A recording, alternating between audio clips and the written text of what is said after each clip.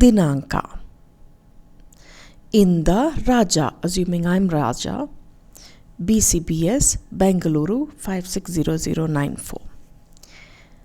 ತೀರ್ಥರೂಪ ತಂದೆಯವರಿಗೆ, that is dear daddy. ನಿಮ್ಮ ಮಗು ಮಾಡುವ ನಮಸ್ಕಾರಗಳು.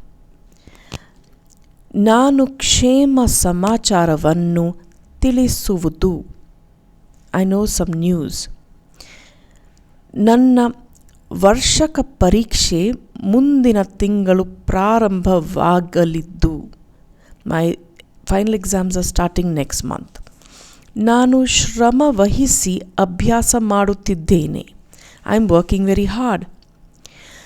ನಮ್ಮ ಶಾಲೆಯಲ್ಲಿ ಎಲ್ಲ ವಿದ್ಯಾರ್ಥಿಗಳು ಕೊಡೈಕನಾಲ್ ಪ್ರವಾಸ ಹೋಗುತ್ತೇನೆ.